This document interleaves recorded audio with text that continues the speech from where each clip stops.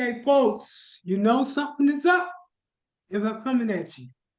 As you know, we work with nonprofits from around the nation in terms of changing the narrative when it comes to how you transform specifically poor communities. Today we're in Tampa, Florida, and we're talking with a leader that's up and coming. I want you to watch this particular person right here, because over a period of time, you're going to see a person that's coming into the game with little knowledge to a person that grows over a period of time. What's important? What's important that you understand is that this individual comes from a disenfranchised community and he raising up to the plate to make sure his neighborhood is not is not gentrified while them being in control of that gentrification. So look, you know I talk a whole lot. You know I work around the nation. Last year was in last week was in California. Before then was in Chicago. Now I'm back in Tampa. But here's a unique thing that I want you to understand. And I want communities to understand, the poor communities. Nobody's coming to save us. Unless we design and put together the table, you see, we become the meal. That being said, so tell them who you are, what neighborhood you're from, but be important, tell them a little bit about your neighborhood. My name is Charlie Adams. I'm proud native of Tampa, Florida, particularly in the Sulphur Springs community, about 11 miles north of downtown community. We are a community of rich history. My family been in the area for nearly 90 years in the Sulphur Springs community. We are went and I graduated. I went to the local elementary school, so I'm very familiar as to the area. And over time, I've noticed that there was a marginalized gap in regards to the quality of living in the community. I've never been able to, in particularly, uh, answer the question as to why we were disenfranchised. But I always um, had a passion of how can I be a part of being a part of the solution. So as time grew, when I grew in the area, and I understood that it was more time for me to take action more than anything. And one of the areas that I realized is that we didn't have a lot of opportunity or access to our natural environment and or access to quality entertainment or quality uh, entrepreneurship opportunities.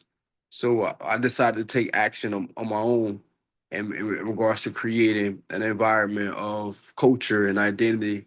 And so we're marked as what's called a food desert in the Sulphur Springs community, where there's not a 1 mile radius within the community of a grocery store or just some quality produce.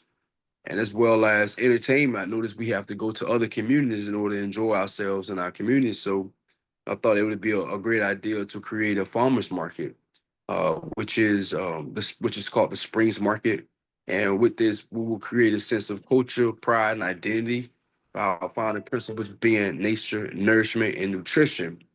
And with this, we aim to create a sense of cultural identity, a sense of pride, and then somewhere where people can be able to put their product on the market or be able to um, come put the ideas out into the world and have some type of example as to what it's like to be an upstanding citizen, because oftentimes our youth don't have the opportunity to see that in their own environment, to go to other communities. So as a young man growing up in an area where I experienced the the disadvantages of living in an impoverished community, I just feel as an adult, it was my responsibility as an adult, my responsibility as a man, also my duty to be a part of solving a problem within the Sulphur Springs community.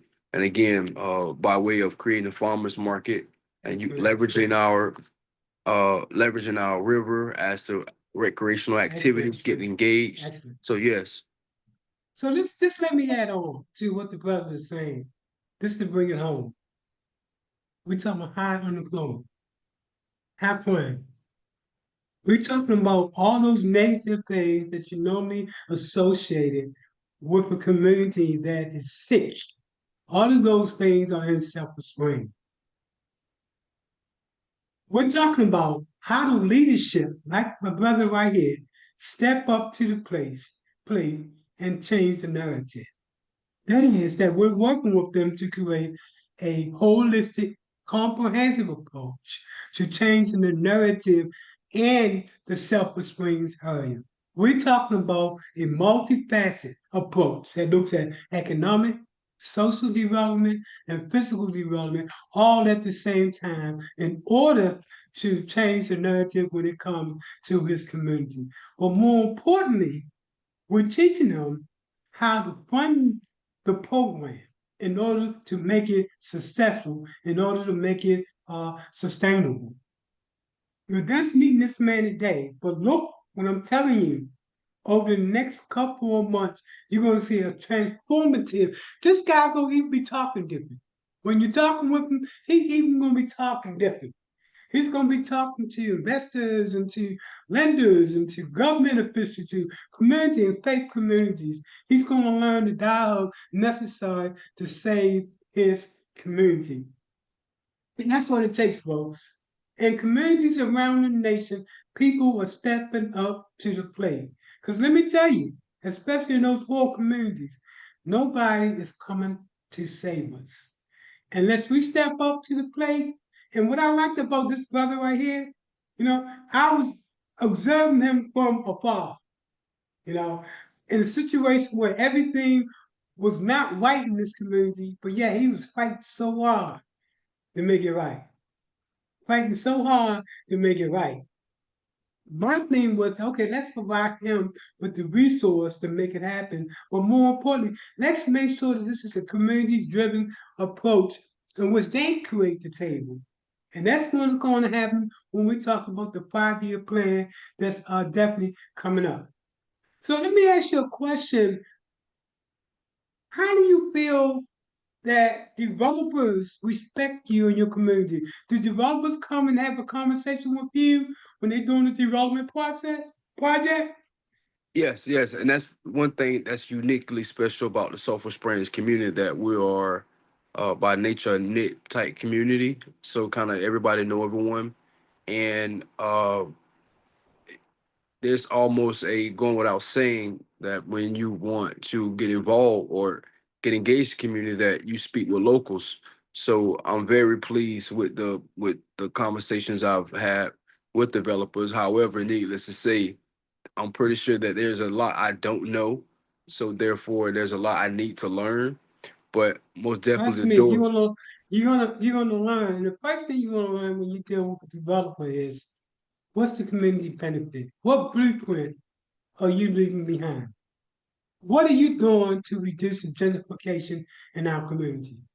Are you going to work with us to put together a workforce center, an entrepreneur center, a youth center, or whatever that might be? What we're going to be doing is teaching the skill sets to know how to negotiate with developers by using what's known as the community benefit agreement and what's known as the opportunity zone. You're not familiar with these terms right here, but when I'm finished with you, my brother, you're going to know all of these terms that I'm about to impart and put, because you're going to be changed in your neighborhood. That being said, do you have any kids? I have a daughter, 15-year-old daughter. Let's see. So you're going to make sure her generation really get the benefits of seeing a controlled community. She should be proud of you because you step them up to the plate to make a change in your neighborhood. And as I told you, all the resources that we bring together with our national influence, there's no charge to self-persuasion. And the reason why it's no charge, because it's all about trying to make a change in these neighborhoods and stop talking about what the problem is. Here's what we know. It's the calm before the storm. When those plans come to place, that the president is about to institute in 2027, we're going to see mass unemployment. We're going to see affordable housing almost go out the way. We're going to see the criminal justice program go out the way. It is even probably even more critical that organizations like this lead the way in order to reduce the pain that's going to come from all of those particular cuts. So again, watch this young man right here. We're talking about really making a particular change. And I know you're looking from around the nation. Again, this man's in Tampa, Florida, Sulphur Spring. He's going to be the next best thing that's going to happen in Tampa. Watch him as he progresses. Look at his mindset now, and look what's going to happen in the next couple of months as he transforms from a community leader to a community practitioner, able to put together development deals that change the narrative in this neighborhood. So before we go, anything else you want to say?